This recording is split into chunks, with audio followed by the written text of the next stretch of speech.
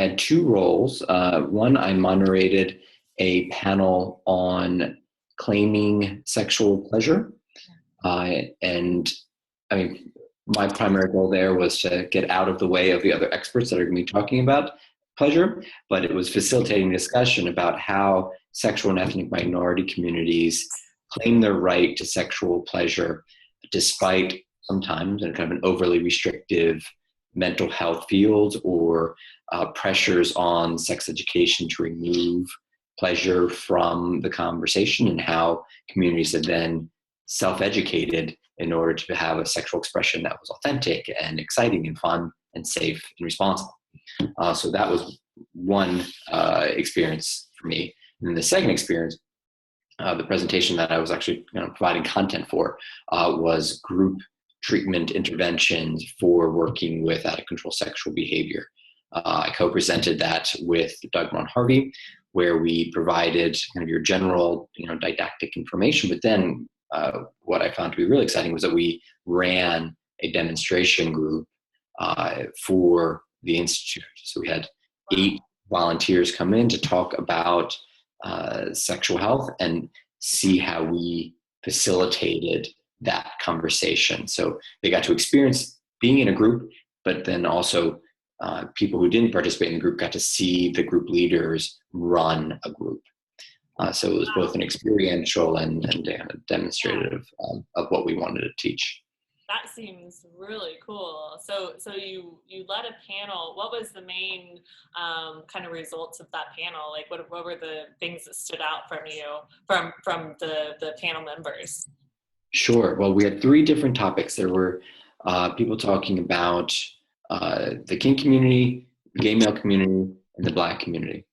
And one of the things I found was, because as the moderator, I'm always looking for kind of the common ground, kind of where do these communities meet, and how they, one, networked in order to create community around sexual pleasure and expression. I thought was fascinating and a nice area of overlap. And what I was also listening for was how people created the conditions for pleasure, which required a degree of kind of boundaries, of agreements within the community. So we had, Neil Cannon was talking about the kink community and talking about how they negotiate sexual pleasure didactically. And we had Delisha and Rafaela talking about their program in Afrosexology, and how I was listening to how they were creating these spaces. That was similar to the negotiations of people who are in the kink community, how they had to create group conditions in order to talk about things that are so vulnerable, or aspects of sexuality and preserving the Black body in a way that could be vulnerable for people. So they had to create safety. And to do that, you needed to create a container, which is just like what the people in the BDSM community are talking about.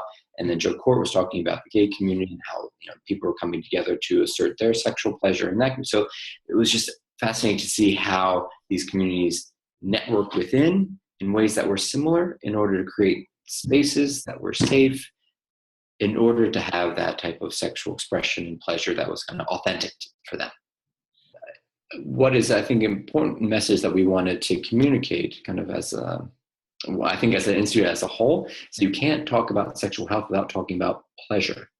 So let's learn from communities that have had to work against adversity in order to claim their own pleasure. So any type of minority community that's being ostracized will have to find a way to come together to assert what is theirs, to assert what they find to be an authentic expression of their sexuality. And it's to the point where this controversy around pleasure is not just isolated to kind of talking about sexual behavior problems.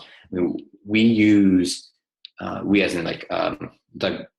Harvey and I, when we've created a kind of a sexual health model to address out-of-control sexual behavior, we use the definition from the World Health Organization. Right. Instead of, let's say, the CDC's definition, because the CDC, in their most recent iteration, removed the term or the word pleasure from their definition of sexual health. And that seems a bit absurd, because it's removing kind of the very motivation that people, one of the important motivations around sexuality is people want to feel pleasure. They want to feel good. They will do this to feel alive and connected with others. And to remove that seems to kind of be removing one of the main reasons why people are trying to be sexually expressive, or connecting with other people for partnered sex, or with themselves with solo sex. One of the, but get to your point or your question around how does this relate to sex addiction, is that one of the concerns we have about that model is how it can over pathologize sexual expression, how it can have kind of moralistic values attached to particular sexual behaviors that are unconventional, and kind of moving to assert a particular, you can call it rigid or kind of more conventional ways of being sexually expressive. That can exclude all these other ways, and people want to express themselves, want to feel sexual pleasure. So we are trying to find an approach that is going to be inclusive of all the ways in which people are sexual, in a way that is both safe and responsible, but honors and elevates pleasure as a part of one's sexual life. Very well said. I love everything that you just spoke. Okay, good. Thank you. It makes a lot of sense. We need to include these other communities. We can learn from them. Yes. And, looking at this from a sexual health perspective, but really a pleasure perspective, and just talking about pleasure in general makes a huge difference. Agreed. I mean, I tell my clients all the time, it's like when after we complete the assessment and we're creating their sexual health plan, it's like, I don't want you to create a boring sexual health plan. It's like, who would be motivated to accomplish that and maintain that? No one. It would be a complete setup. So without pleasure in their sexual health plans, I don't know why we would bother.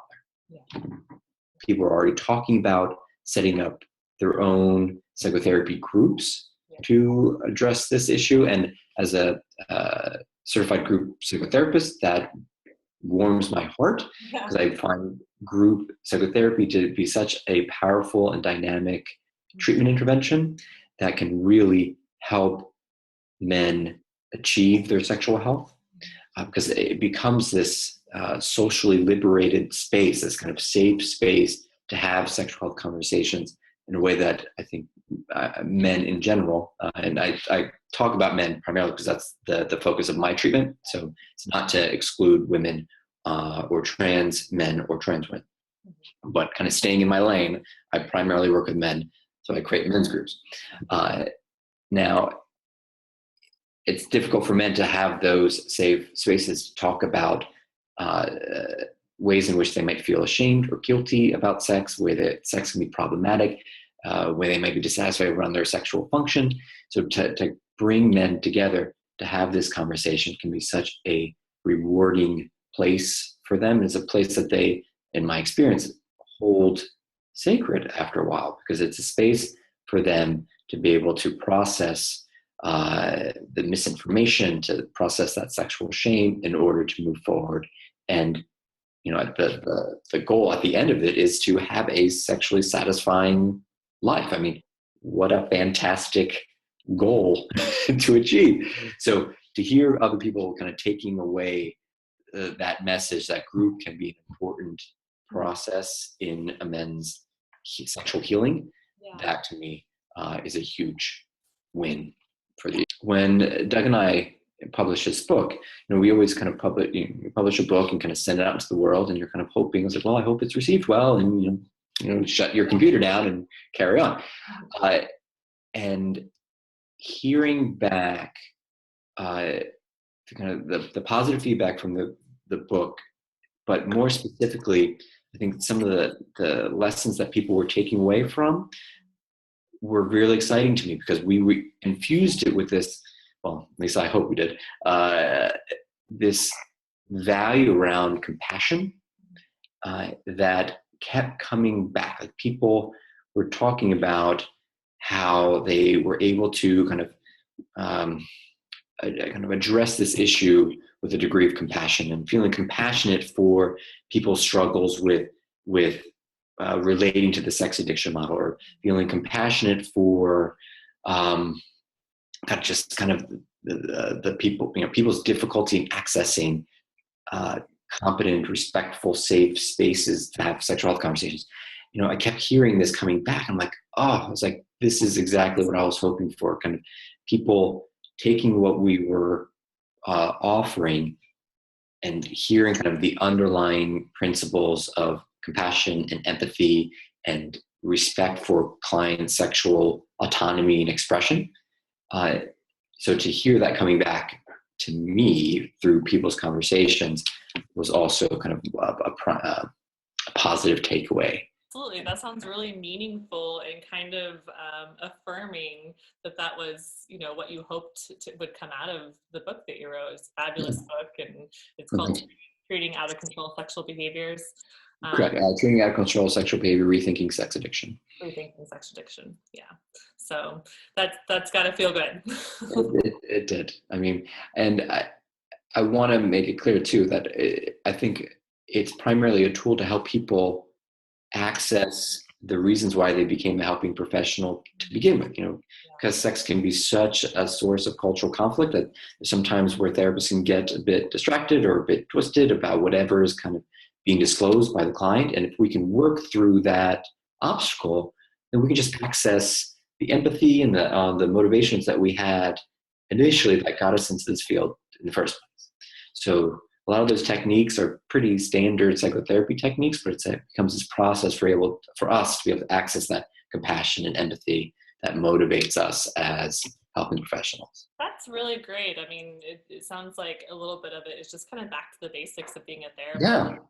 Yeah. I mean, the foundation people recognize are Rogerian, they're humanistic, they're client-centered. And if we can hold that frame, which is a very effective evidence-based treatment intervention, we're going to do great work. But because the content is sex, we get a bit distracted at times.